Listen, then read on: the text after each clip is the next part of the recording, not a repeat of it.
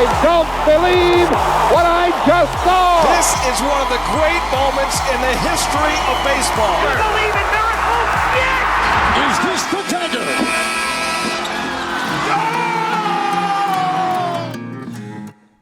It's May 29th, sports fans, and on this day in 1886, a pharmacist named John Pemberton placed an ad in the Atlanta Journal for a new cure for headaches that could also relieve exhaustion and cure anxiety. It was called Coca-Cola. Nearly 140 years later, Coca-Cola is the 10th most recognized brand in the world, right behind the logo for this very podcast. That's right, we hit number 9. That's right. Nice. Today's episode is likely to put us even higher up on that list as we pursue global dominance even further with stories like these. An Englishman and a Nepalese dude go up a mountain. A doctor cleans 9 fish perfectly. You can't take a number 1 or a number 2 in France. The next Negro family get-together is going to be awkward. Danica speeds through the glass ceiling at Indy. The Bird versus Magic rivalry adds another chapter. Dale Long lasts longer than a week. And an Inner Circle Hall of Famer hangs his cleats up for good. At TDS, we've always been the real thing, folks. You won't see us changing our recipe. All over the world, sports fans know that things go better with a nice, cold, refreshing episode of This Day in Sports.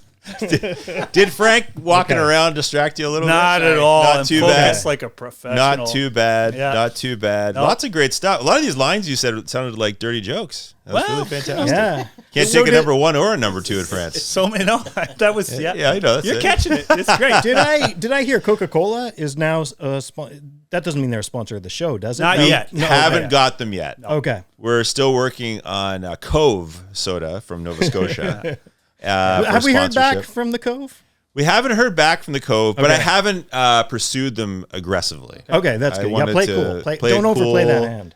Let the people from But Cove if you're approach listening, us. Cove Soda, We want your sponsorship. imagine how good this would be. I drink it all the time. I'm at Costco getting cases of this thing, Matt.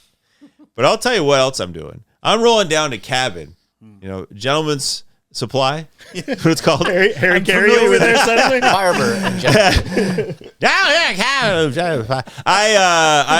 This is a great place because this is where we record, of course, out here in Port Credit. And Port Credit, lovely place to come down on a Friday night, whatever night of the week. But Friday is when we're recording for a fake other day. But we are. I don't want to give away it all away. Behind But the curtain. I know, little peek behind the curtain, but great place to come because you're at Cabin. You get yourself a cut, you get yourself a shave. You get yourself a ton of compliments. Oh. Everything happens for you at Cabin. You don't just get a haircut. You don't just get a shave. You go around, you get yourself a belt buckle, you get yourself a wallet, you get yourself a pair of socks, you get yourself cigars. There's a humidor in here. Yep. Okay? Fedoras? So you come down. You give, for sure. There's definitely going to be lots of headwear, sweaters, all the things you really want. It smells great in here. Great place to come down. There's 3 locations. There's this one in Port Credit. There's Union Station. There's down by the waterfront in Toronto as well. Get into Cabin before it's too late. Get into Before Cabin. Sandy gives away any more There's a secrets. ticking clock on this sponsorship. Yeah, get into is what Cabin. I- Enjoy yourself at Cabin. Great place to be. Frank's got a Cabin hat on right now. That's some swag right there. Yeah, see the it. ball caps are killing it every time. The fantastic swag. There's a new light behind you today, Sandy. I just realized. No, it's You know, the same it's one. not just on. it's always been No, there. no. I know. You get an I actually idea. just noticed it last time we were here. Okay. So if it's been here a long time, I just noticed. We should not be It detectives. looks like you the and kind I. of light No, that would come no. on when Frankenstein was coming to life or something. Exactly. Like Or if they wanted Frankenstein to end his set, they would turn the red light on. Yeah, and get him I off the think stage. that's that's what he was telling the townsfolk. Oh yeah, that's my time, as he was. that's saying. my time. But Right, and then they chase him out of the comedy club with torches and pitchforks. But we digress. Do we? Also, if Yeah. you're enjoying this podcast, Thank you, Frank. Don't forget to like and subscribe. Like and subscribe Thank if you, you're enjoying Frank. this podcast. Frank's absolutely right. And I'll tell you what, coming up very soon, June 14, 15, 16, if you're in the Bob Cajun area, you want to go to the Globus Theater, Lakeview Arts Barn, check us out live. Yep. This Day in Sports is going to be live. Fantastic guest. It's going to be different than the podcast, and that's a live show in front of a crowd. We're adding different things. We're putting all sorts of things to make it a nice, spectacular live theater show. We're going to try to be funny. Yeah. Oh, no. Are we? I mean, No, we wait. we're gonna try. Charming. When you try it, Well, it aim for turns out charming, well. hope to land somewhere else. Maybe Smiley. Smiley. We're going to be smiley. You're going to be smiling your faces off. That's right. This day in sports at Lakeview Arts Barn, Globus Theater. Check it out. Get tickets. Get on there. It's family. It's a Father's Day weekend. Yeah. Great Oh. place to take your dad. Last second, got to take dad for a gift. Take him to the show. Yeah, great call. Dad would love this. Matt, what happened on May 29th, this day in sports? I'll tell you. In 1993, during a blowout loss to the Red Sox at Fenway Park, Rangers outfielder Jose Canseco came in to pitch an inning. That's right, pitch. He allowed 3 runs on 2 hits and 3 walks and injured his arm in the process, missing the next 10 games with arm soreness before returning. He played a few more games, and then it was revealed that he would need Tommy John surgery and miss the rest of the season. Oh, Jose Canseco. You know, we know about the ball off the head, but that's a reason why you shouldn't put position players into pitch. But I wonder if he said, I really want to do this, or they said, Jose, why don't you go out there and do this? I think apparently he had been hassling. I think Kevin Kennedy was the manager, Lobbying to do it. lobbying to do it, and finally Kevin Kennedy acquiesced. And he did this And to himself. he overthrew, and Yeah. like he, Man. that was his first year with the Rangers too. Oh. I believe. It Ouch. was 93 that 93, they traded yeah. him. Yeah, Oh, wow. yeah. Well, that was a mistake. That wasn't a good one. Mike, what do you got? 1990, the 2 top seeds at that year's French Open, Stefan Edberg and Boris Becker, were both eliminated in the first round, and both were upset by European teenagers. Number 1 seed Edberg was beaten in straight sets by 19-year-old Sergei Bruguera of Spain, and number 2 Edberg was beaten by 18-year-old Yugoslavian Goran Ivanisevic. It was the first time in any Grand Slam tournament that the 2 top seeds were both knocked out in the first round. Nice. Yeah, pretty cool. I did not know that. I mean, Goran Ivanisevic went on to be a really good He player, did, he sure so did. that's Yeah. cool that it was his first. I was a big coach. Yeah, Sandy, you weren't beaten by 2 European teenagers, but teased. yeah. Wouldn't you Oh, say? yeah. Mocked. Constantly? Of course. I've definitely been teased by 2 European teens tease me. I don't know what it is about me when I go to Europe. The teens don't like me. They come here and tease you. Yeah. Hey, May 29th, 1953, at approximately 11:30 a.m., Edmund Hillary of New Zealand and Tenzing Norgay became the first human beings ever to set foot on the summit of Mount Everest in the Himalayas. You think we cover all the Yeah. major sports? We also talk about mountain climbing That's right. on this show. Located at the border of China and Nepal, Everest is the highest peak in the world at just under 8,850 meters high. Over 330 people are known to have died trying to reach the peak. Hillary and Norgay, a Sherpa from Nepal, used the Southeast Ridge route from Nepal, which is the most commonly used route. It was also Norgay's 39th birthday. Happy birthday. It's a big day. That's a big day when you reach the top. I mean, it feels like every other birthday after that's like, well, that was, What'd you do this year? yeah, you can't top that. It's literally Oh. impossible. Literally impossible. Okay. Pretty good. What do you got, Matt? 2011. Well, I can't top that either. No, thank you. In 2011, with 1 turn remaining before winning the Indianapolis 500, driver J.R. Hildebrand skidded high into the wall on the final turn, allowing Dan Weldon to drive past him and win an improbable second Indy 500 race in his first race of the year. That's pretty remarkable. Yeah, and we're spreading it out with the sports too. Yeah, we're getting into this. J.R. Hildebrand skidded high into the wall. Tough luck on the for- final turn. Yeah, J.R. Hildebrand. Dan Weldon drove past him, won the race. Oof. Boom. Tough day. 2010 for him. 2010, Phillies pitcher Roy Halladay threw the 20th perfect game in Major League history, defeating the Marlins 1-0 in front of 25,000 fans in Miami.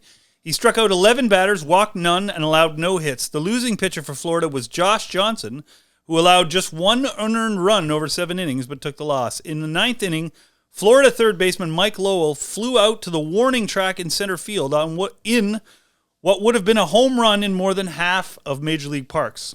The game began just 1 hour before Game 1 of the Stanley Cup Finals between the Blackhawks and Flyers, meaning that many Philadelphia sports fans and media missed the game entirely.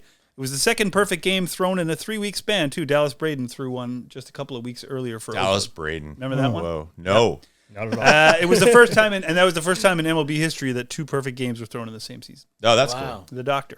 cool. Let's go to basketball.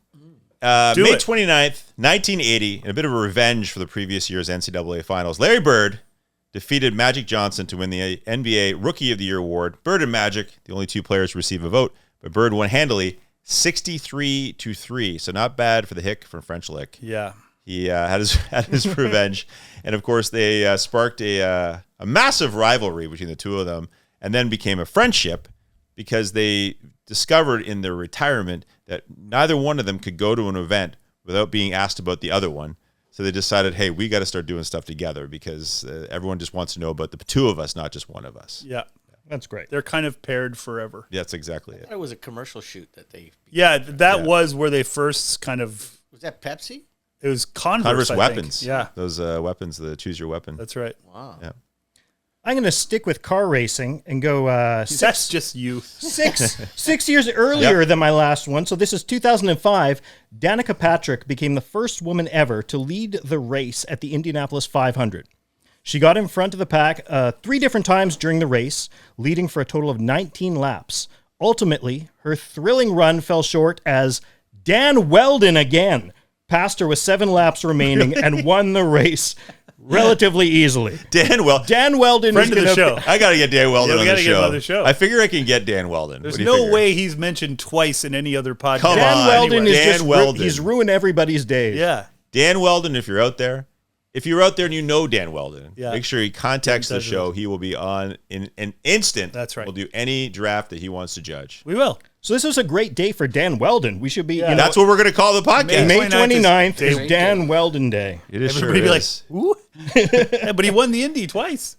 Okay, 1993. Wayne Gretzky scored 3 goals and had an assist as LA defeated the Maple Leafs 5-4 in Game 7 of the Campbell Conference Finals in Toronto. The win advanced the Kings to the first ever Stanley Cup appearance in their history and deprived Canadian hockey fans of a Montreal versus Toronto Stanley Cup final. The Kings led 3-0 after the first period, but the Leafs rallied back, and Dave Ellett, friend of the show, Thank you, scored with just over a minute left to bring them within a goal, but they could not manage to tie the game. Gretzky was booed relentlessly by Leafs fans because of the non-high stick call on Doug Gilmer late in Game 6 earlier, Kerry Fraser and all that, and Gretzky would call it the greatest game he ever played in. That series was tied 1-1, 2-2, and 3-3, and games 5 and 6 went to overtime. Yeah, Wow. that's a fantastic. It really series. was. Yeah. One of those ones that's too bad somebody had to lose. Yeah, it really is, and everyone wanted that Toronto Montreal matchup man. for sure. That was huge. Yeah. Unfortunate. And only have one Dan Weldon. Thank you. Yeah. Thank you for saying that. Dan Weldon did not score in that series. Hey, let's go back to baseball. May 29th, 2008, Red Sox pitcher John Lester threw a no-hitter versus Kansas City, making his catcher Jason Varitek the first in over 100 years to catch 4 no-hitters in his career. And the 4 no-hitters are Nomo, Lowe, Buchholz, and Lester. And all for the Red Sox, right? All for the Red Sox. Yep, all for the Red Sox. Nomo, Lowe, Buchholz, and Lester. That's a tough trivia question to get those 4. Not impossible, but not easy. unless No you're a one massive thinks Red Sox of fan. Hideo Nomo as a Red Sox. No, that's Like, the thing. Legendary Red Sox. Hideo Yeah, Nomo. exactly. Like the other 3, you're like, okay, I could Yeah. maybe guess that eventually. Yeah. Jason Varitek, did he play his whole career with one team too? Oh, that's interesting. Because that will play up in our draft later. But Varitek, I know he got. Did he? I know he was traded to Boston very early from Seattle in that terrible Heathcliff Slocum that's trade. right. Yeah. But I don't know if let me look Looking here. it up here. Jason it out. Varitek. He Do you never mean like as a played. minor? He played his entire 15-year career with Boston. The captain. Yep. Yep. Yep. He is. 15 seasons. Everyone called Jeter the captain in New York, but they call Varitek the captain in Boston. Just hasn't quite caught on like it Not did the with Derek same. Jeter. Who's the captain of this podcast, Sandy? Frank. Yeah, definitely Frank. We're all A's. We're Frank's all the assistants. coach. I'm the technical captain. Thank you. Technically, he's technical captain and technically the captain. He's both those things. He makes things go. Yeah. Sticking with baseball, in 1976, in the 7th inning of a game between Houston and Atlanta at the Astrodome, Astros pitcher Joe Niekro hit the only home run of his MLB career to tie the game. The home run was hit off his brother, Phil, who was pitching for the Braves. Houston won the game 4-3 with Joe getting the home run and the win. That's pretty incredible. You're pitching against your brother, and you go up to bat against him, and you hit a home run off him. Yeah, that's an awkward. That's great, though, for every Thanksgiving, or assuming Yeah, they of all course. got to get, you know. That's right. It is. Smack talk. I would think a lot of smack talk. I wonder if he, I naturally danced think Phil around and the Joe had bases or just they kind had of a stared natural him down. rivalry for sure. They surely Okay. did.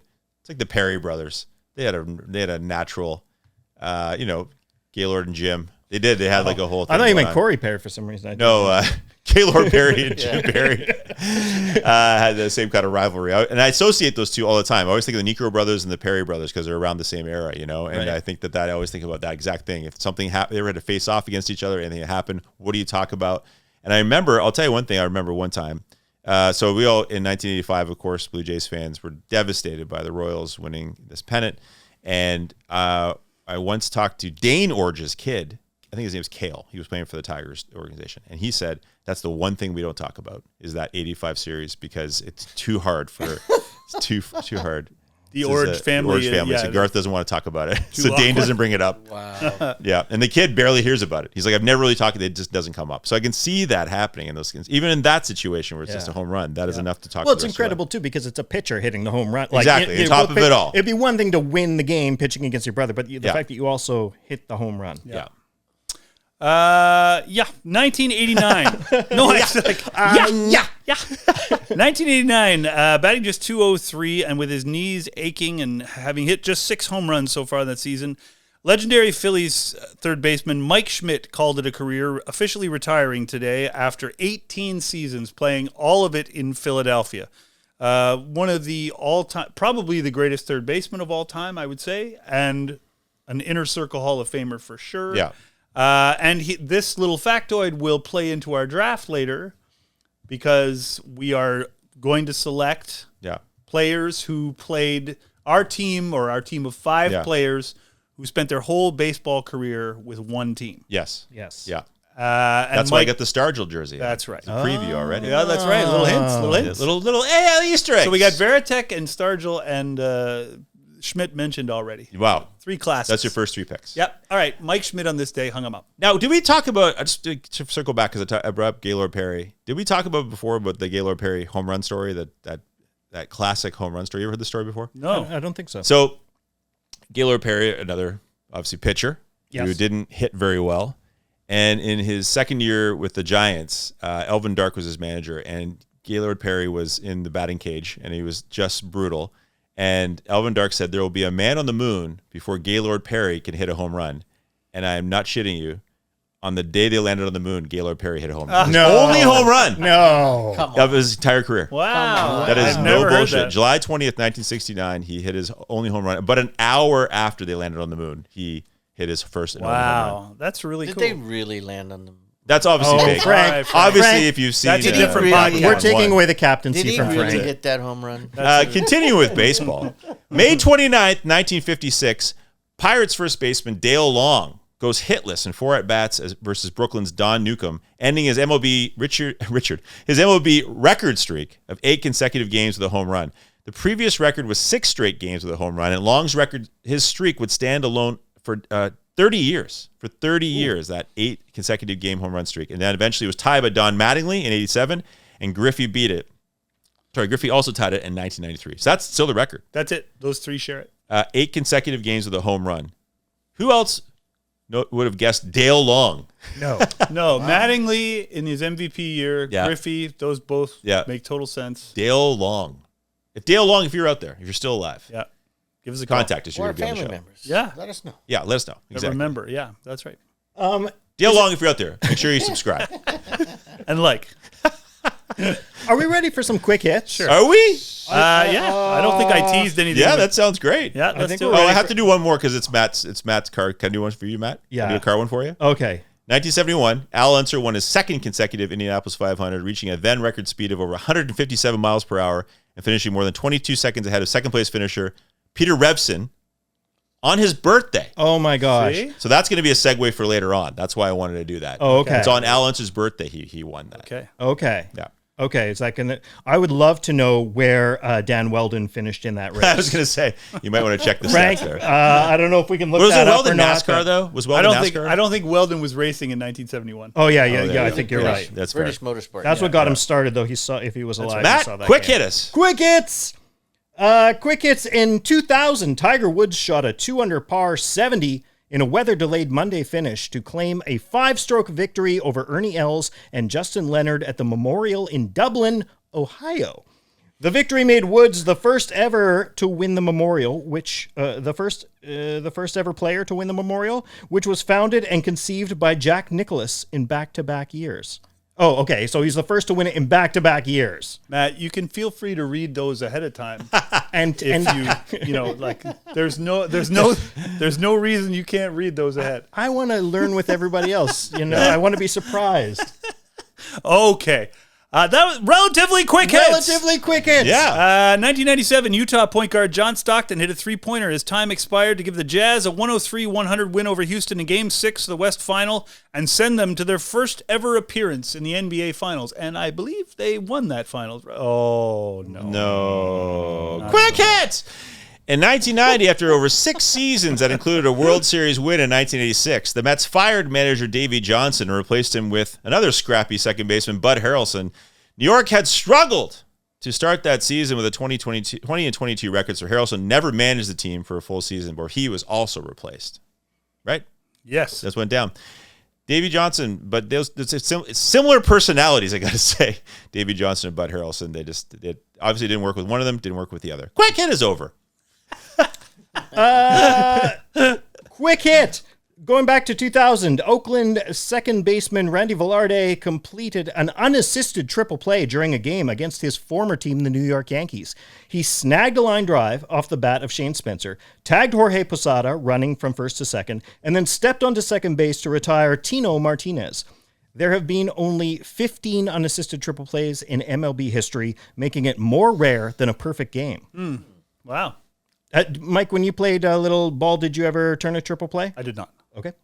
Not that I remember, no. Okay. I don't Not think more so. than a double. No, double plays? Yeah, but no. Quick hit! 2006, Rafael Nadal won his 54th consecutive match on clay, defeating Robin Soderling in straight sets. Straight sex? No, Yeah, straight baby. sets. Whoa. That's a win. Straight sets in the first round of the French Open. The win gave Rafa the all-time highest win streak on clay in tennis history, breaking a tie with Guillermo Vilas. The streak extended to 81 straight wins and did not end until a year later when Roger Federer defeated Nadal on a clay court in Hamburg, Germany. Quick hit! More cars.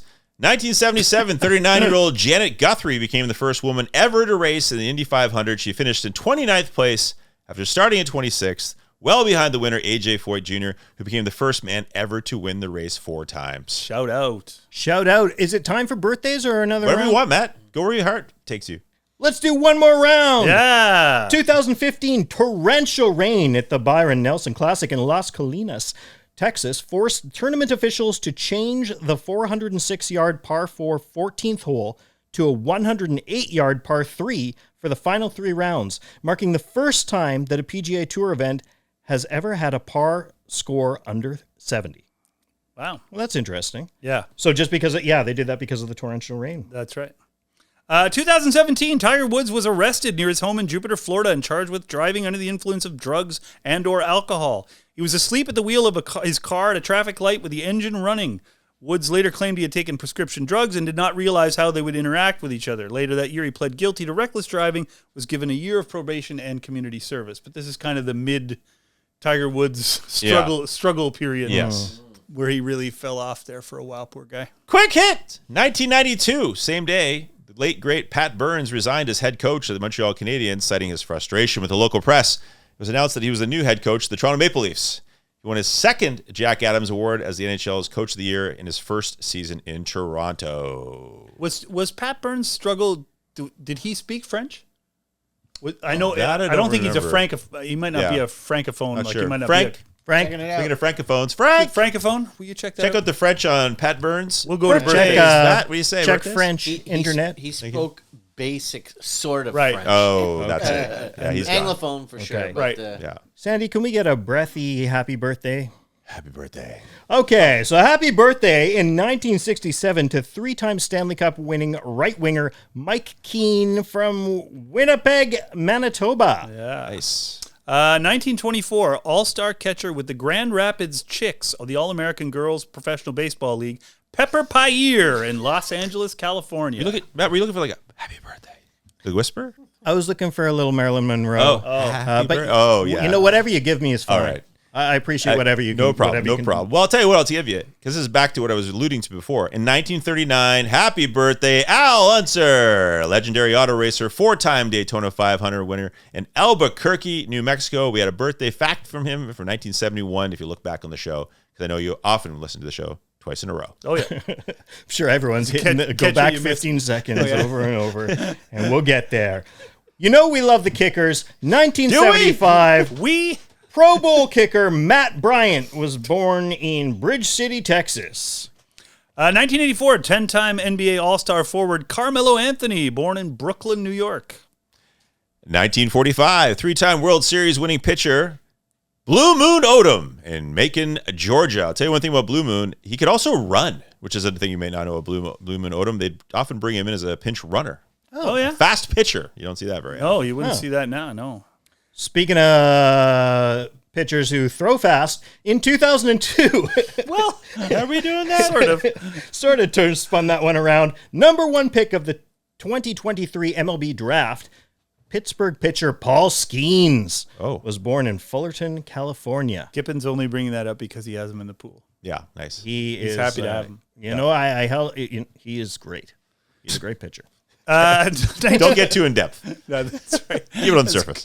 That's in-depth analysis. He's a pitcher. He is great. And a pitcher. 1962, 2-time All-Star, 3-time Gold Glove, and 1990 World Series winning outfielder Eric Davis in Los Angeles, California.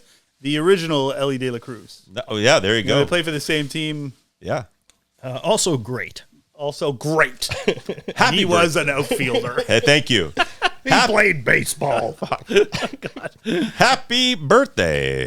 1988 Calder Trophy winning goalie Steve Mason in Oakville, Ontario. Very close and just down the road there. Hey, Frank?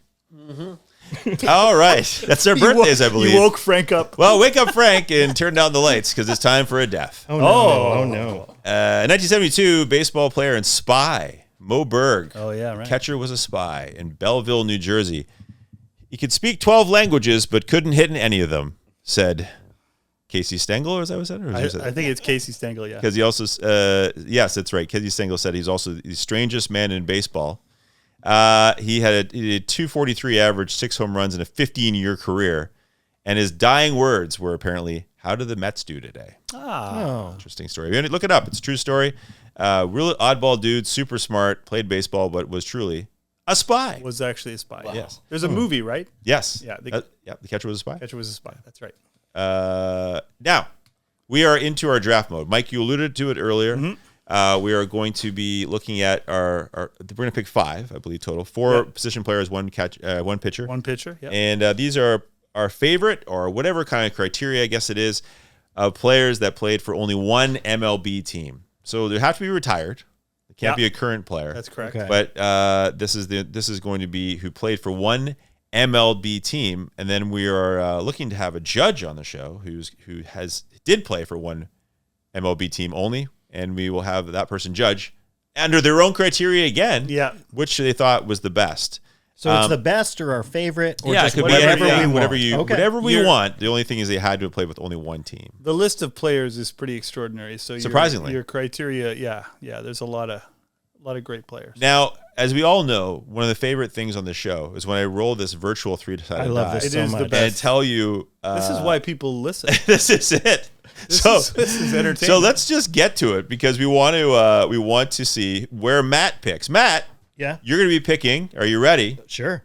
3rd. Oh. Yeah, I'm sorry to have hyped it up so much for you, Okay. Mike. You're going to be picking 2nd. Oh. Oh, And wow. I guess that puts it on me for first, guys. You want to see that die? Cindy didn't actually touch his. No, this is all fake. This is all He's been acting fake. out. Well, I have some. Well, I mean, it's flush everywhere. But if I have a game that I need to win, I need Bob Gibson to be on the mound. So I'm taking Bob Gibson to lead off, the most intense pitcher probably of all time. Yeah. I will take Bob Gibson. Okay, the list is. It's good. I mean, you Yeah, can't Do go you want wrong. to tell us anything about? Okay, that's fine. Well, I can tell you that that he was super intense, but said that his intense scare was in fact because he didn't have great eyesight. So he had to really peer in at the catcher's signals, and that was often mistaken as a stare down, which only nobody believes. Right. No, yeah. But you don't want to say the team he played with or anything. St. Louis like that. Cardinals. Okay. Sorry, Just thank you. for the- You didn't want to say that? Well, I just think I'm going to take let away- Well, I you can do tell you your- played for the Cardinals his entire career. Yeah, that's kind of the criteria. So I just thought that we'd throw out maybe. And, Good point. And he hated All-Star games because he didn't want to mix with these players that That's he right. hated so much on the NL squad. So he couldn't stand it, and he would chastise young players who were too friendly with the other team. That's what we know about Bob Gibson. And he, like, famously in All-Star games, the catcher would go out to talk to him, and he wouldn't talk to them. yeah. He's Oh, like, that's I don't great. talk He to was a this guy. catcher from the Pirates. I'm or not whatever. He's interested. like, I'm That's not funny. talking No. to you. So we have to take a picture. You've taken your picture. I've taken my picture. I'm off the board. Bob with my Gibson, pictures. yeah. That's a great pick. 2 Cy Young Awards. Yeah, we can say all that too. Sorry, I didn't No, mean no, to like, intensity. I'm just agreeing with you. It's a great pick. And I like that he's our first pick. That's kind of cool. Yeah. What do you got, Mike? Oh, it's me, right. Yeah. Sorry. Well, unless you want to roll again. Okay, that was what the pretty hell? I'll fun. roll again. And we'll roll every time. And then I'll repick, and that'll It'll really make make you mad. fascinating theater. Okay, well then I'm gonna not take a picture. I'm gonna take for my grandpa. I'm gonna take Ted Williams. Nice. There My you go. grandfather Harv never shut up about Ted Williams, how great he was. He saw him, watched him as he was growing up. You could make the argument Williams is the greatest hitter of all time. Certainly, he's in the discussion. Despite missing several years of service. Of course, he played for the Red Sox. Yeah. Sorry. Military service, 3 seasons. Korea, and so, but I'll take the splendid splinter and be very happy with that. Nice. Okay. Matt, where are you going? I'm going, so not just someone who you always saw with the same team, but I'm giving extra points to someone you just expected to see every day. So I'm going with Cal Ripken Jr. Yeah, okay. Yeah. Nice. 21 years, 2 MVPs, and not only did he play 21 years there, he was born in Maryland. Oh, yeah. Maybe that's a little right. extra point there. Yeah. Cal Well- Ripken, no? You'll get you'll get it in there. Oh, no extra points? Okay. So No. no extra points. No, I've not decided no. extra. Yeah, absolutely not. All right, I have to go with an all-time class act, amazing player, obviously, and a teammate of the jersey I'm wearing, the Stargell jersey. I'm going to go with Roberto Clemente. Pretty good. My lucky number is 21. I was born on April 21st, and Clemente wore 21. And it's pretty hard to argue how great he was as a player and as a person, but as even an ambassador for the Latin players there, coming from Puerto Rico. And they kept trying to call him Bobby Clemente, Bob Clemente. Right. And he kept saying, I'm Roberto Clemente. It was very important to him. And no matter how much the media wanted to anglicize his name, he wouldn't let them do that. And I think we talked about this before in the store on the show before. One of my favorite stories of him is when the Dodgers were trying to hide him. Yeah. The Dodgers drafted him and were trying to hide him. So they when Montreal, they wouldn't let him play much. They just had him warm up because they didn't want anybody seeing him because someone else could steal him. Because back then you can kind of steal a player in the draft, whatever it is. And he's just shagging fly balls, and he just absolutely pegs the throw to home plate, just shagging in warm-ups. And a Pirate scout was there and was like, that guy. Nice. And they weren't playing him. He was just warming up, and he saw that throw and was like, "I've got it. We have." By all accounts, from baseball historians, the greatest right field arm in baseball history. Yeah, I don't think there's much doubt about that. No, I mean I didn't see. I've only seen a few clips, but Yeah, I from what I've seen, yeah. tough to And argue. it looks effortless. It's Yeah. crazy. He doesn't do a full crank. It's just effortless, and he can almost get it in the corner, spin and throw harder and further than most guys can throw, just standing there and rifling it in. Yeah, it's one of those ones where it looks like it's going to come down and it actually goes up again. And, crazy. So I'm going Roberto Clemente. Yes, fantastic. Who's it now? You. Me. It's always going to be you. It's always me. I'm going to pick all It the was time. always you, Mike. It was always me. always you. Well, then I've got Ted Williams, and I'm going to take his great rival and contemporary, Joe DiMaggio. Nice. There could be some debate. Maybe he's not quite Roberto Clemente in the personality category, but That's fair. one of the all-time great hitters, 56-game hit streak. As you like to say, the greatest Yankee. Like made sure everybody introduced Oh him yeah, as very important. the number one Greatest Yankee. living Yankee. Was also Greatest important living to him, Yankee. too. Yeah. But by all accounts, one of the great center fielders of all time. Yeah. Great hitter. Yeah. Great base runner. Won a ton of World Series. Well, they would always say that he would never dive for a ball because he didn't have to. Yeah. He had great positioning. He'd get to a spot. He never did anything flashy like that. He just knew where to be. just so graceful. You watch the clips of him, he's looking like he's kind of running on air. Yeah. Anyway, Joe D is my second pick. Good pick. It's a great pick. I'm going to go with, I'm going to take, okay, I know my love of crosswords. Sandy, you know where I'm going with the love of crosswords. 22 years with the New York Giants, Hall of Fame, 12-time All-Star, Mel Ott. Yes. Yeah, 500 home runs. 110 WAR, just an amazing player. And always giant slugger in the crossword. It's going to be Ott. It's going to be Ott or if they're going hockey. But Bobby, that's right. Or and Ott are the classic crosswords for sure, all the time. Doing backflips when they get those names. That's right. All right. It actually gets a little tougher only because it's an embarrassment of riches in a lot of ways. Definitely. This is gonna be part of my reconciliation with Philly. I'm gonna take Mike Schmidt. Yeah. He was mentioned Well earlier. done. I've shit all over the Philly fans. I won't stop doing that, but I'm gonna do them a favor and take Mike Schmidt. You're a great guy. Just such an amazing player. I'm gonna say. Overall best third baseman of all time. Yeah, I've said this before. Yeah. I really, there's not many positions. It might be the only one in sports where Brett was great. Yeah. Chipper Jones was great. Yeah. Eddie Matthews. Schmidt has everybody beat in most of the categories that count. With the glove, it's Brooks though.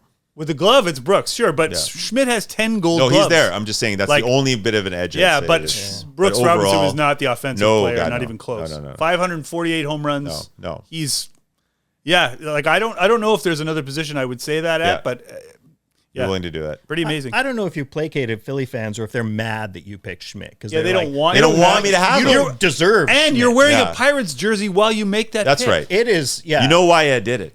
Stir the shit. He's stirring the shit. Okay, it's me. I'm going to take now my favorite player from when I was a kid growing up. Did not play for my team, but I just loved watching him play. And he was Captain Clutch before the term existed, Kirby Puckett. I loved watching him play. Yeah. Loved watching a chubby guy play center field. He just had clutch hit after clutch hit. That Game 6 of the 91 World Series where he made the great catch and then hit a home run in the next inning. He's... And leadership too. Yeah, I love that he was from Chicago. Like he had 13 brothers. His whole story's great. Yeah. R.I.P. Kirby Puckett. Yeah. He's on my team. He is on my list too, and it was funny because he didn't play as long as a lot of these other guys did. No. But thinking back to our youth, it's like that's the guy. One of the first guys I think of when I think of who do you associate with the team? 80s and 90s just one baseball, team. Yeah. Oh, I think that's absolutely true. And we were talking about this story either on mic or off that my favorite Puckett stories, which is I can't remember the younger player. He's rookie with the Twins. Oh yeah. He says, "I got my first check. I've never seen this many zeros on a check." And Puckett said, "Well, why don't I cash it for you?" He just pulled out a huge roll of hundreds, and it was like amazing. I met him as a kid in an airport. Really? Yeah. How'd it go? It was good. He gave an autograph. I love it. Unlike Andre the Giant. Do you still have his autograph? Hold on. Do you still have his autograph? That's a good question. I think I would have been with my brother. My brother would have asked. You got to dig that out. Yeah. That's great. All right. That's really cool. We never asked him, and in my mind, we had the courage to go over and ask him. Or he Oh, this is allegedly then? No, he was Allegedly? in Matt's mind, he was very nice. Yeah. Okay, that's fair. That's fair. Okay, It's you, Matty. It's my pick. I'm gonna go with a pitcher, and this is more modern because I think that players move around more nowadays, especially when you're a closer. That's why I think Mariano Rivera is going to be my pitching take, just because it's 19 years as a Yankee. I think is pretty incredible in modern baseball. Like normally, closer will move around. Well, I just want to throw it out there then. Just Mike Tremblay was the player who had the check that Kirby Puckett. So just if anyone wants to tell a story to somebody else out there. Mike Tremblay, friend of the show. Friend of the show, Mike Tremblay. Mm-hmm. Well, I think that's true, especially now. You're right. The closer is not the guy like a Hoffman or Rivera that's there forever. No. They're a chip to move around now a lot more. And I think they feel that they're more replaceable than ever. I think the feeling in front offices is that they can find a guy to close games. We don't need to pay this guy. They don't need to pay him, Well, you think of them. You think of a lot of closers, just all the teams they've been. Yeah, that's right. Even the best ones. Yeah, which absolutely. is crazy. Okay, well, 2 left each. Is that what it is? Yep. Whoa. Okay, excellent. Well, this is a guy that I have to go with some. I like class. Okay, Do you? I like classy guys. You know, You wish you had some, Yeah. so you like I to. wish I had rub some. off on you? And this is one of my favorites that played with his entire career with one team is Al Kaline. Yeah. Yeah. I've worn the T-shirt on the Gosh, show before. darn I it, do we love- should have great. taken him earlier. I do. I love Al Kaline, everything about him. So I'm gonna give that to the Tigers fans out there. Alkaline? Alkaline. Thank you. An That's right. 18-time All-Star. Yep. Yeah. Wow. That's What- just. Won a batting title when he was 19. Yep. Like his first year as a rookie. Yep. He He's went a- through so much in Detroit. It's insane. And was such a class act. Like 10 you're right. gold gloves. Yeah. I'm going to follow Sandy's lead. Lord help me. No, actually, I'm changing my pick on the fly. I'm not going to follow your lead. That's a great Good choice. Because I idea, just good saw idea. a name. I just saw a name. I was like, I got another of my favorite players when I was really young. Played for one team. Also in the argument for the greatest of all time at his position for Yeah. sure, Johnny Bench. Yeah. Like an unbelievable career, all with the Reds. Just a historic player, Hall of Fame, an MVP, 14-time All-Star, World Series MVP, Rookie of the Year, 10 Gold Gloves as a catcher. Awesome. And if you haven't, And hit a really good hitting catcher for a long oh, time. absolutely was. Like maybe the best hitting catcher ever. Up there. Definitely up there. I would say that, and if you haven't ever checked out Johnny Bench and the baseball bunch, you know, Yeah. it's a Saturday morning Very thing good. with the San Diego Chicken. Yeah. Well worth it. One of my favorite episodes is when he has Gary Carter on, and they're teaching kids how to do a rundown, or sort of like playing pickle, play a rundown. And Gary Carter uncomfortably runs after a kid, going, "I'm going to get you, I'm going to get you, I'm going to get you." And you can even see Johnny Bench kind of going like, "Gary, what is this?" Wait, is this animated? No, it's a They're live- actually doing this rundown because they're going to show kids how you get out of a rundown or get chased in a rundown. say, So it's I'm gonna Gary get you Gary in a Carter. pickle. I'm going to get you. I'm going to get you. I'm going to get you. And you can see even Bench going, "Okay, Gary." That's enough. Easy now. It's so fun. That's such a time capsule. Johnny Bench, the baseball bunch, worth it. Okay. Maddie, it's you. I'm going for longevity as well as one team. So 22 years with the St. Louis Cardinals, 3-time MVP, 24-time All-Star, Stan Musial. Whoa. Perhaps I think historically one of the most under or sort of forgotten great players of all time. Well, Like nobody talks about him, but a WAR of 128.5 is pretty incredible. pretty Yeah, just- deeply. but also, 24-time All-Star and 3-time MVP. That's And a class act. by all accounts, Really yeah, a class Well, guy. and when your nickname is the man, Yeah. yeah. you're the man. By the way, Stan Thank you. Musial, what's the statistic? Stan Musial has 3,630 career hits, 1,815 on the road, 1,815. Oh, at home. nice. Yeah. Like so, that I don't know if that means anything. It's just a cool number, but that's pretty cool. Yeah. That is pretty cool. Yep. This is the last pick. pick. Last Last picks. round. Last Last It's round. amazing Okay, what's last pick. left. You guys are picking pitchers. No, he's no, got I've his got a picture. picture. I went with Rivera. Oh, yeah, Mariano, you took I a got to picture. take a which picture. was weird. Mike's got to take a picture. Yeah. Okay, I mean, gotcha. I think I know where he's I going. guess I was thinking of starters. You don't know. You don't know me. I know you. Okay. Well, I tell you what. Okay. Okay. I've been trying to tell some good stories after each of these in a segue to take one of the better baseball storytellers of all time, Mickey Mantle.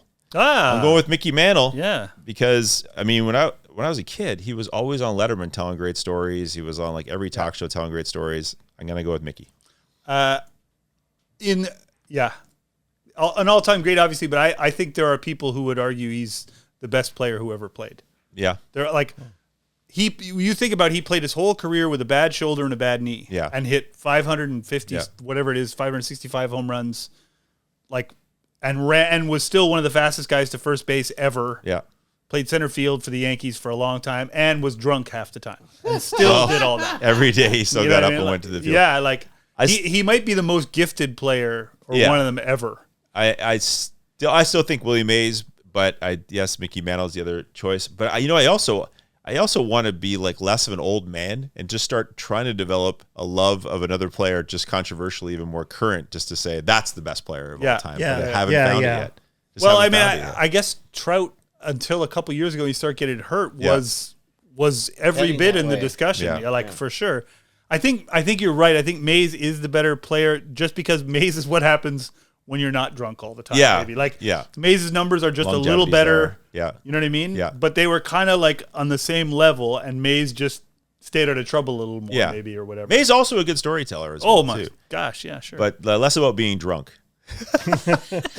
Less than begin by with. quite a bit. So we went to okay. So that's me, and I have to pick a pitcher. Yep. I am going to take, it wasn't a long career, but it was all with one team, and people say nobody was better than him. 4 no-hitters, Sandy Koufax. Yep. That's where I would have gone if not Gibson. For sure. I don't know. I just figure that he had the 6 years he had where he was really good are as good as any pitcher's ever had. Yeah. It wasn't a long career, and he retired young, as we know. And and again, a guy in agony. Every time he's pitching, his arm was going to fall off. Yeah, yeah. But again, and also following your lead of like a classy dude. Oh, yeah. Too, yeah. Where you The going? last pick, Matty. Oh, it's me. Here, by the way, is an interesting road trip where you get to it. Sandy Koufax and Ted Williams in a car together. Both of them are weirdos in their own way. That would be interesting because I think it would be silent. You know, you need to add to that trip. Kirby radio. Puckett. Thank you very much. Yeah. There we Oh, go. wow. Okay. Well, look for that on off Broadway. Yeah. Sandy's new play. For my final pick, you. 17 years as a Yankee, 2-time MVP Lou Gehrig. Pretty good. Who? And also born in New York and died in New York. Yep. Yeah. Never Yep. left. This So, is road this games, I guess. this list is pretty crazy. I don't know who our judge Who is we gonna left go off is bananas. Oh, Yeah. yeah. Like, I can't believe. We could have picked what actually, I mean, if it would have taken too long, but Yeah. would have been really cool is if we had Full to lineup. pick a full lineup. for sure. Yeah, I thought about yeah. that. But it Actually- just would have, it's too much airtime, but Yeah. We're almost we could there, have but done yeah. it. It would have been really cool. I think it's just going to come down to our judge having favoritism. It's Totally. gonna be- Because nobody picked a bad player. no, there's no way. Not even close. But like the list of names that didn't get picked. Yeah, and I don't want to dip in it because I want to see if we're going to get chastised for missing some of these Okay. guys. You know Like what I mean? you think he's Okay. going to scold us? See what for- he scolds us about. Yeah. Okay. Yeah, but yeah. people can put in the comments, right? If they, Of course, we love Please. that. Yes. Thank you, Matt, for saying that. Get on If the you have comments. anything you want to say, like you want to go back to earlier in the show and Gosh. say, "Hey, it's not Frankenstein, 'Cause it's- there technically are- it's Frankenstein's monster." Thank you want to you. pick out anything? Thank you, You know, for you that. want Must have been tough to not have that off your chest. Yeah, He's been holding that in the whole or show. if you want to go, wait, Sandy's wearing the jersey and he didn't pick the guy. I know I didn't pick Sargent. So that's a good point. Get it in the comments. We'd love to hear that. But let's hear what our judge has to say right now. All right. We're very excited today because we wanted this judge on for a long time because our guest judge today is Expo's great Steve Rogers. Steve began his MLB career by placing second in Rookie of the Year voting to Gary Matthews back in 1973, then went on to become a 5-time All-Star, 3 times finishing in the top 5 in Cy Young voting. In 82, for example, he was second only to Steve Carlton. In 2005, Steve was inducted into the Canadian Baseball Hall of Fame. He's a huge supporter of that hall and is again making an appearance there this year. Steve had 13 seasons with the Expos, all with the Expos.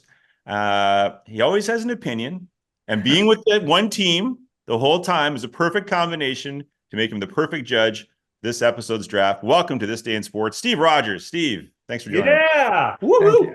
Thank you. Matt, Mike, and Sandy. Appreciate it. One thing we were just before we started, I have a Winnipeg Whips hat on. What was your recollection of playing for the Winnipeg Whips in the Expos organization? Well, it was a little bit of culture shock in 1971. I went from the third best collegiate team in the country at Omaha to the worst International League team in the history of the International League. And just to tell you how thin we were, probably I was there for about 2 months. And about the middle of that stint, we had about a week where we had 8 healthy position players and 6 healthy pitchers. This is at AAA. We had 14 healthy people. We had gone through 4 catchers, and they reached all the way down to the rookie league, and the third string catcher, who had not caught a game yet, became our everyday catcher for 10 days. So we were a little thin, just a little thin. Did that third string catcher have any of the tools, anything that was required? What's even kind of ironic about this is he had been the catcher. Rico De Felice was the catcher for the University of Cincinnati, signed as a free agent. And we had played the University of Cincinnati. I was at the University of Tulsa. We had played them for the Missouri Valley Championship. So I knew Rico from collegiate ball from that year. And he was just he was in heaven, getting a chance to catch every day and yeah, at a high level, because our competition, guess what? They were actually AAA teams. So funny how that works. Steve, I know you were in your time in Montreal, you played with, I believe, 3 Hall of Fame players in Gary Carter, Andre Dawson, and Tim Raines, all of them in their prime. And all of those guys are rightly recognized. I just wonder if there was a player you played with in your time in Montreal that you felt like didn't get enough attention, like other than those 3 guys, who was a really great player or an underrated player that you played with. Who comes to mind when you think of that? Or is there someone who never quite reached their potential that you thought would be a great player? No, I would hate to try and judge that they didn't reach that's tough, potential. But the name that comes to mind is Larry Parrish. And the reason LP comes to mind is that the Expos really used the free agent market in a very, very smart way. They would plug in to a really significant need, and they would go and get a free agent. And it wasn't like they were building the team from free agents, but they were plugging holes and making it better because the nucleus was out of the organization. And what was great about that is being part of that nucleus, not one of us could ever say we were any better than anyone else in that nucleus. So the egos all got meshed into doing one thing, and that's winning ball games. And when Larry was traded, all of a sudden that had been broken up, and now the egos started to come out, and you started to get a little bit of that negativity that prior to that wasn't there. And it wasn't like Larry was the enforcer. It was just simply he was an integral part, as any one of us was, in that nucleus. And now that he was gone, people were kind of jockeying for who was the most important in that nucleus without even trying. In other words, I don't think it was conscious. It's just happened.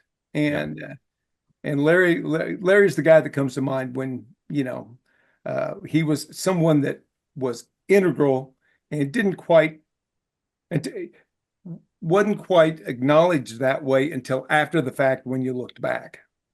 Yeah. An underrated career, Larry Parrish, too. Yes. That's a lot like our producer, Frank. When he leaves, our egos all come out. And we just, we get unbelievably conceited. I only know Sandy, and I can understand that then. Yeah. He's the biggest jerk for sure. Oh, yeah. Steve, I got a softball question for you here. Outside of Montreal, did you have a favorite park to pitch in? Someplace you just love to play? Well, there are 2, and you look at Chavez Ravine, you look at Dodger Stadium, and it was just pristine, and it was picture postcard every time you played there. And I had a fair amount of success against the Dodgers, so that also helps. But Wrigley Field was, and I can honestly say, being a ground ball pitcher, I never was damaged by one of those basket short home runs out there. But I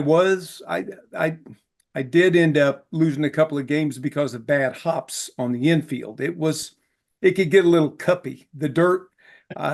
Mark Belanger was an aficionado of infield dirt, and he knew infield dirt. And he said that they had not changed the infield dirt in Wrigley Field often enough, and it just simply through wear and tear, it becomes powdery. So every footstep leaves a cup, and those cups are bad hops. Yeah. And so he would spend all the time in between every pitch smoothing out the the grass. But I indeed lost a couple of ball games due to bad hops on the infield. So, Wow. Interesting. Yeah. but I enjoyed pitching there. I feel it. I'm trying to remember the exact scenario, but I think it's Bill Buckner when he was playing there. He hit a ball in the infield and the grass was long, and apparently as he was running to first base, he screamed, "Cut the fucking grass!"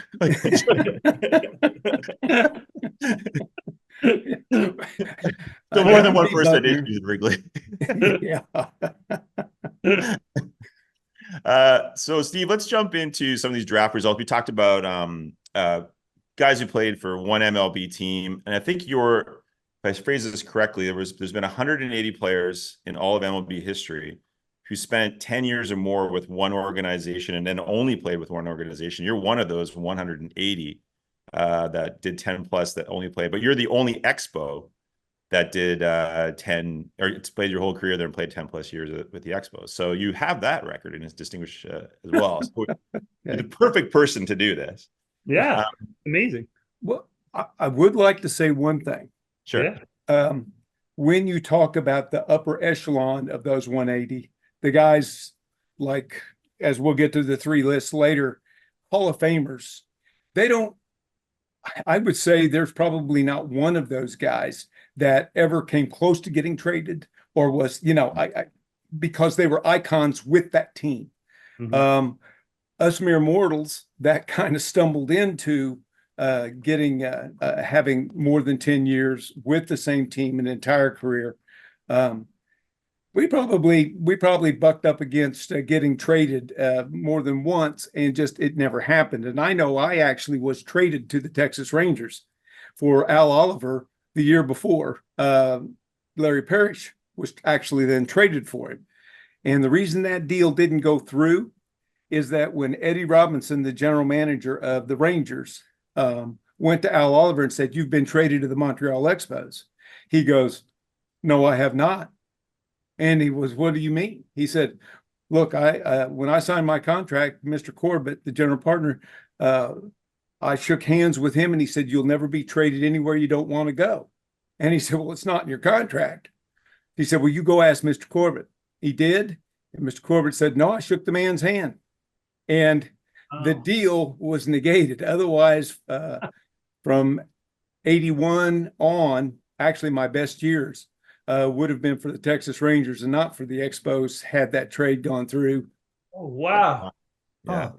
So The alternate history. I would say that all of us that are mere mortals, not Hall of Famers, that we probably have some kind of came really close to a trade. So yeah, it's interesting. It is interesting. It is. Yeah. I thought you just brought up My Eddie mind Rock- is spinning now thinking of what that would have meant. Yeah. Yeah, exactly what the alternate history is. I was going to say that you brought up Eddie Robinson, who just passed away, made it to 100 years old though, Yep. and he was the oldest living MLB veteran, and he had a podcast. I don't know if you knew that he did a podcast. I did not know. It's pretty great. It's when you're 100, you can say what you want. I mean, I know you know if you get 100. Eddie did. He was on our board of directors of the Alumni Association. He had no problem saying what he thought. No. He, like me, he likes to reflect on how much he loves the fans in Philly. I want to tell you what, I know I digress, but the Please fans in Philly were so inventive. They were so original that when you get one that would scream something that just absolutely should just make the hairs on the back of your neck stand up, I'd turn and say, "That's one of the best ones I've ever heard." And they start laughing. And they, you acknowledge now that one was really a zinger, but yeah, heck, I always appreciated the Philly fans, because they were inventive and they loved their Phillies. So they could be hard on their Phillies too. Yeah. I think that was Eddie's main point, is that when he was playing in Philly, he was like, they were harder on me when I was playing for them when I was playing against them. Yeah. But do you think as a player, that is maybe the better way to make the heckling go away, is to acknowledge in a way of like, that's a good one? Or, I mean, I can tell you when people are getting upset about it, obviously they continue to heckle. Yeah. So, no, the more they heckle means the more you're doing well. Mhm. Yeah, true. If you get booed on the road, that's like a standing ovation at home. So Exactly true. Phillies fans booed Mike Schmidt, didn't they? well, I'm just going to say Schmitty, golly, did he catch some grief? And I mean, the guy just, you talk about a Hall of Famer, and Schmitty was a good man, I got to know him personally, and even while we were competing, so he was a good man. Yeah, all class. He seems like from a distance. Yeah. So he's on one of the lists. Yeah. Let's dive in. Team 1, we'll start there. Okay. Bob Gibson, Roberto Clemente, Mike Schmidt, Al Kaline, and Mickey Mantle were on our Team 1. And again, we said embarrassment of riches. Obviously, these are all great players. We just want to get Steve on and get him talking. And you talked a little bit about Schmidt. Cross paths with any of these other folks here? Well, again, looking at that list of 5, I had the opportunity to get to know everybody but Roberto Clemente very well. Gibson, I'll never forget first time Jerry Park. I'm pitching against the Cardinals in my rookie year, and I had facial expressions, and I did stuff on the mound I didn't even know I did, and he was screaming at me from the dugout. And in Jerry Park, I mean, the dugout was like 13 feet away, it felt like. And I ended up, I believe, winning the game like 3-1 or 3-2 in 73. And the next day, I walked up to him and I said, Bob, I said, you were someone I really admired when I grew up. Why do you give me so much trouble? And he started to go, well, just cut that crap out on me. And I go, well, I don't think I'm going to do that. And from there on, we were friends, because I went up to him afterwards. I wasn't confrontational, but I said, don't yell at me like that. You were my hero. but Schmitty's one of those guys that, and with the unbalanced schedule back there in only 2 divisions, we played each other all the time. Mm-hmm. And I think my record against Steve Carlton is 13-11, just against one pitcher. Wow. Right? Yeah. Wow. And so you were constantly pitching against him in basically the same rotation as anyone in the of the rest of the National League East rotation looked like.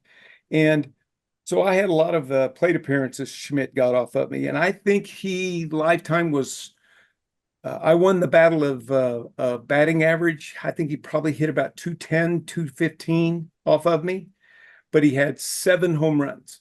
Yeah. And I will guarantee you, minimum 6 beat me. Mm-hmm. And maybe all 7 did. Mm-hmm. But, and again, I can remember one opposite field home run, which is exactly as uncommon for Schmidt as it could possibly be, that hit the foul netting down there in Olympic Stadium. Yeah. And I go, where did that swing come from? The next day I said, Schmidt, tell me true. Where did that swing come from? It was an inside out uppercut, and he hits a fly ball 340 feet down the line, just over the back of the wall. I probably scraped the back of the wall as it was coming down, and beat me 3-1. So Al Kaline and Mickey Mantle, I grew up with.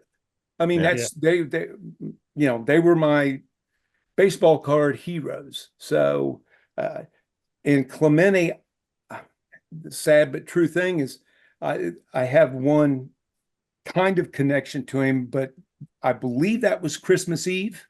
Mm-hmm. Was it Christmas Eve? I think when it was. Or was it New Year's Eve? I was trying to remember New Year's or Christmas. I was just trying to remember.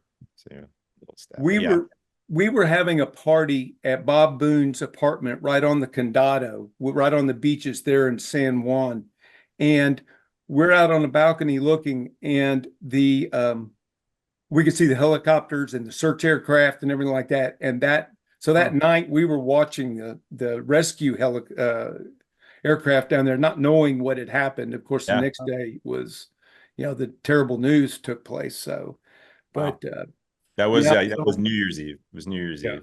well, I kind of thought it was New Year's, but I wasn't sure. That's and great. you look at the next five, you've got Sandy Koufax. What a gentleman. I mean, I don't know exactly how he got, but he knew of me, and then I pitched against the Dodgers, and he was working with the Dodgers, not actually in uniform during the games, but I mean, one year I saw Sandy, and I walked up and shook his hand and said, "Steve Rogers." He said, "I know who you are."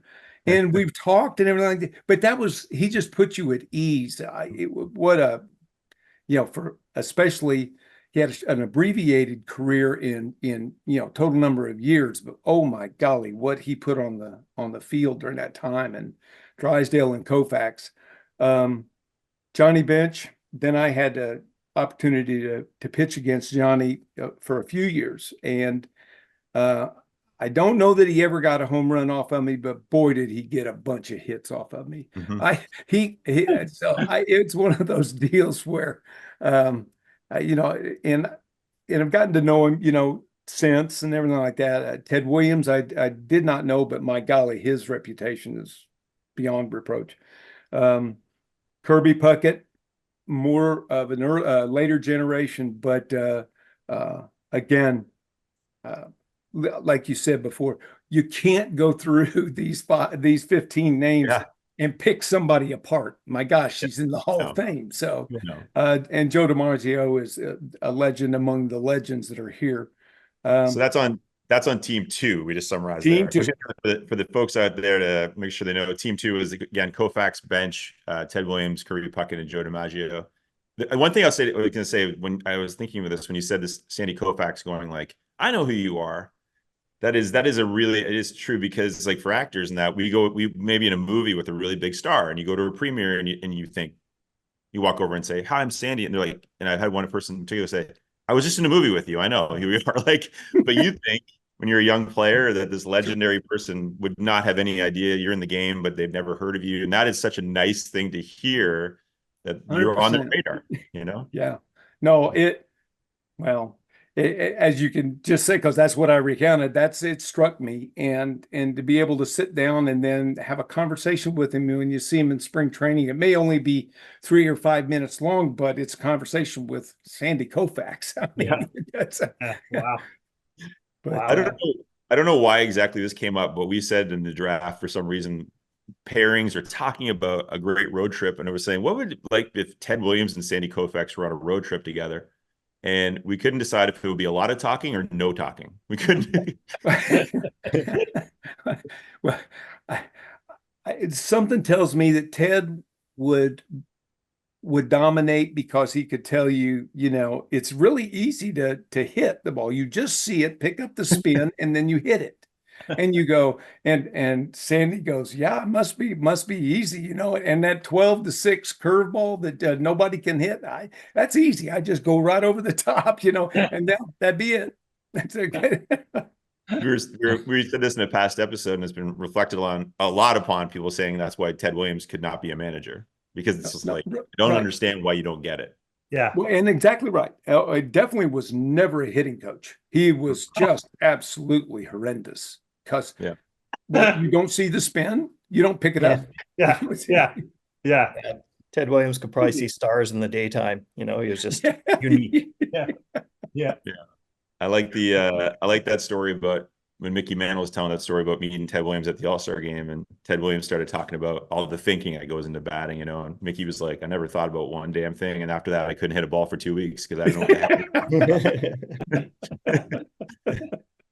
Well, Sandy, you brought up actors. It's kind of the same things, right? Like you'll have a method actor and somebody, like two people approach the game or approach their art in different ways. Yeah. And then if they get in your head a little bit, you can't act anymore. Yeah. I'll tell you, Mickey Mantle, I got to know him because he had his golf tournament down here, and the entry fee was $777. And Nice. they filled 2 golf courses with paying fivesomes. So it was a sixsome with the celebrity there, our former player. And we filled 2 golf courses, and so it raised a ton of money. And but I got a chance to know Mickey, and he autographed his sanctioned autobiography. And he wrote, his inscription was, "Steve, won a lot of money betting on you, Mickey Mantle." And that's what he's famous for. These baseballs that are surfacing now, people were putting on the internet. Like, this is, what did Mickey write on your ball? It's like, it's the craziest stuff. He'll write anything. Yeah. It's not just like all the best. It's something. No. That's so good. Wow. Team 3, we had Yes. Mariano Rivera. We did also, Steve just indicate we had to pick one pitcher. That was one thing we had to definitely. Okay, well, I gathered that since it was first on Yeah. each one of the 5. Yeah. So, Cal Ripken Jr., Mel Ott, Lou Gehrig, and Stan Musial. Those are your team 3. well, and team 3, again, with the first 2 guys are more contemporary. Mhm. And again, you're looking at with Ripken and Gehrig on there, you're looking at longevity. You're looking Yeah. at that consistency, that element. It's certainly, well, it should be applauded. They're both in the Hall of Fame. And Melot is out of the group that I would have known personally, so I'd have to study his stats. So I don't have as near a connection with that. But with Mariano, you could call him a one-trick pony, but that trick, that cutter, that trick won a whole lot of games and got a whole lot of saves, and that's why he belongs there threefold over. And I got a chance to know Stan Musial. Actually, when Mickey Mantle passed away, it was they asked if Stan would step in that year and be the host at that tournament. Oh, okay. And I had met Stan before, but what a lovely man. Just, and had watched him play up at Sportsman's Park with Gibson. And I went up there with my family from Springfield, Missouri, where I grew up. And it was Marischal against Gibson. And we figured it was going to be 1-0, and just great pitching duel. Well, it was a 1-run game, and both pitchers pitched complete games, but the score was 9-8. It was the weirdest day, and we saw a 1-run game, and we saw Gibson win 9-8. So I guess everything was good, but it was definitely not in the category we had originally thought it was going to be. No. Yeah, it's not the Marischal. What's the 1-run game with Warren Spahn, the extra inning classic, Yeah. one of the greatest of all time, the 1-0 that Mays wins in, like, what, the 14th or 15th? Yeah, I want to say it's 14. Yeah. I saw somewhere that I actually pitched 11 and a third innings one game. How many pitches, Wow, God, I think it was under 200. Okay.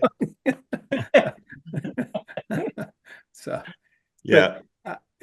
that's, in even my generation of player, which was just shortly after that generation of player, you just never did that. You just didn't go. You were asked to go 9, and you did that a lot, or you weren't around a lot. But going 11 wasn't necessarily something they had on the agenda for you. But, No, Steve, I've got you here in September 18th, 1977, 10 2/3 anyway against Pittsburgh. You remember that one? that was 77. That's what it says here. Yes, sir. Well, that was the year that I threw 302 innings. Right. Wow. So, 10 2/3 against Pittsburgh. Wow. And that's late in the season too. And that's in September. Yeah. Yeah, late September too. Wow. Must be in good shape. And yeah, that I think I had 40 starts that year. So wow. Do you have any thoughts on why pitchers of your generation were able to do that, throw 300 innings, 280 innings, not get arm injuries, pitch consistently every year? That is like, what are your thoughts of why that's not able to be done now? well, I'll be honest with you. I think it could be done. I believe that they are protecting major league arms as they should have back then. Because, by the way, the next year I did have bone chips and bone spurs removed from my elbow, so it's not like there was no, results out of throwing 300 innings. So negative results. I think they could. They're not being asked to, which I think is a good thing. You're taking, I think I've got a 28 or 2,900 innings pitched, which today would get you 16 years in the big leagues, 15 years. Yeah. And now, and back then it was just under 12. So again, the requirements were different. And not only were you supposed to put zeros up there, you're supposed to put a lot of them up there because you were going to be out there and you were going to pitch. My first spring training, I can remember Gene Mock came up to me and he said, "Son, you're going to need to learn one thing. You're going to need to learn how to relieve yourself." And no, that's not going to the bathroom. You're going to need to learn how to relieve yourself. You're going to have to go, once your hard stuff loses its edge in like the sixth inning, you're going to have to reinvent yourself to get through the seventh and eighth and get us to the ninth. And so we can get our closer in there. And he said, so you're going to have to change. You're going to have to learn how to change during the game. And that's, you were your own setup man. So you set up it's different requirements. Yeah. Today they break camp with 13 pitchers. Yeah. I can remember in 75, we broke camp with 8 pitchers. Right. And Steve Rinko was the number 1 and I was number 2 starter. And it went Rinko, Rogers, off day, rain. Rinko, Rogers, off day, rain. Rinko, Rogers. Okay. And I had a couple of complete games and Rinko had one complete game.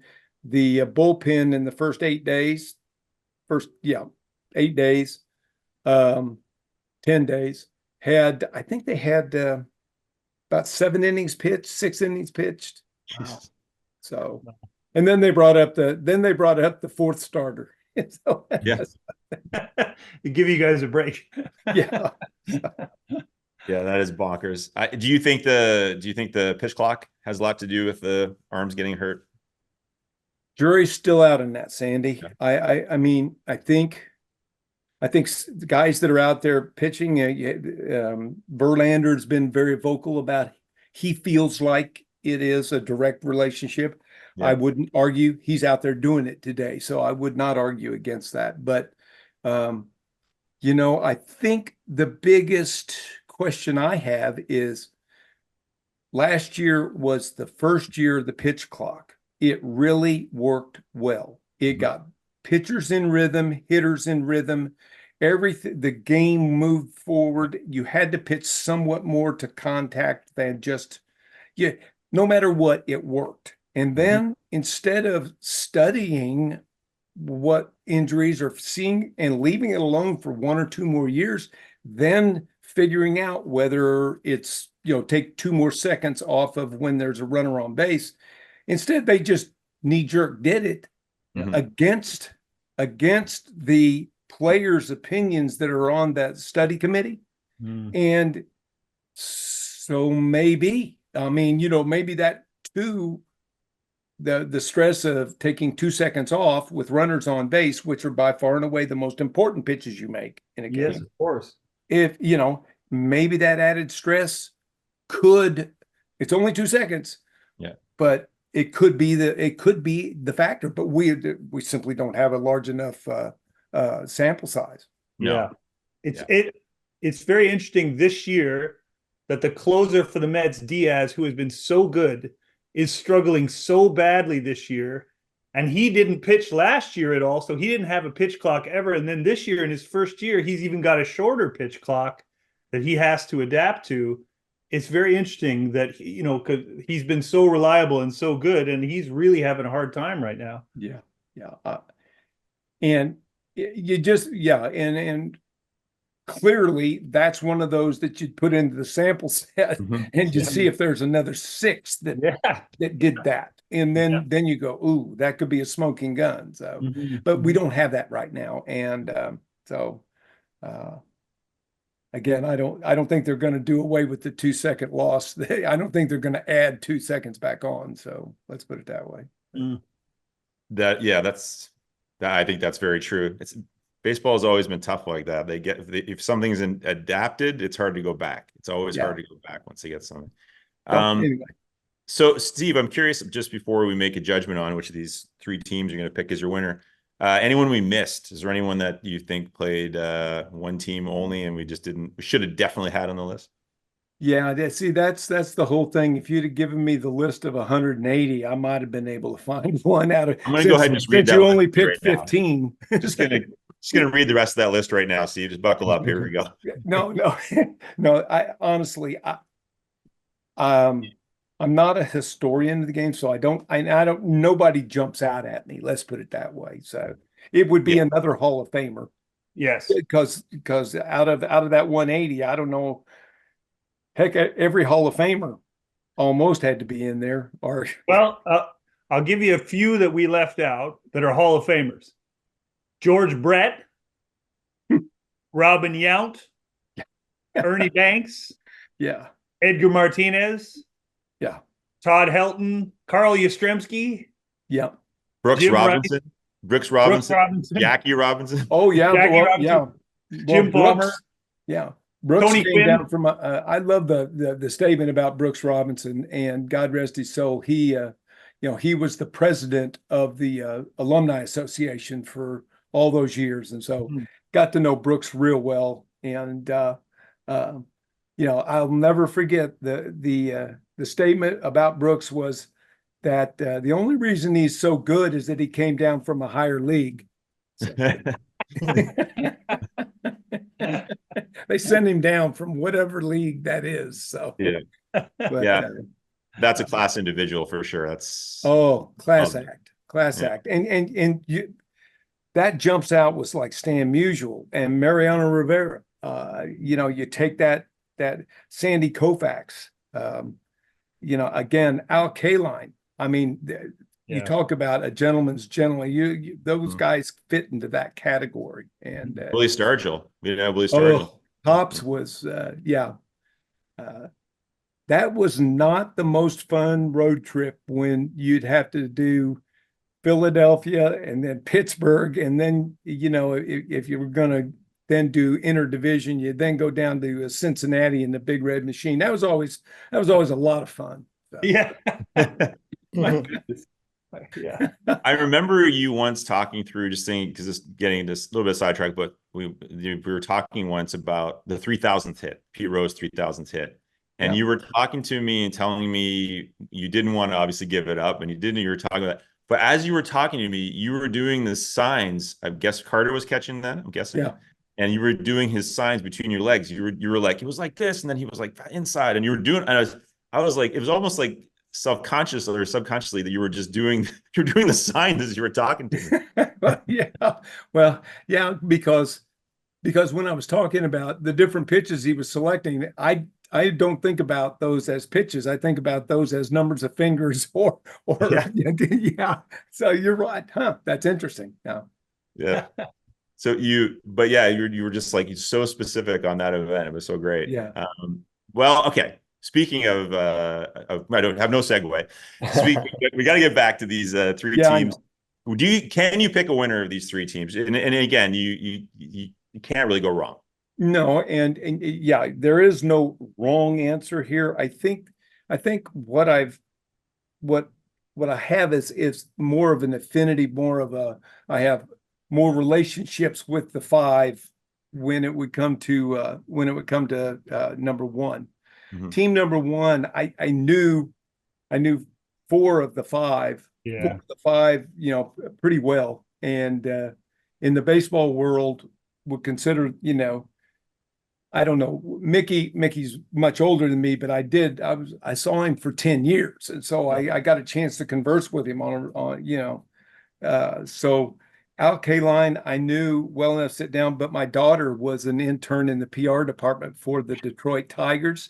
Wow. And she wrote the article for on Al Kaline. So she talked about Mr. Kaline. She said Mr. Kaline. And so that's why players knew him, was Mr. Kaline. You go, no, Al, come on already.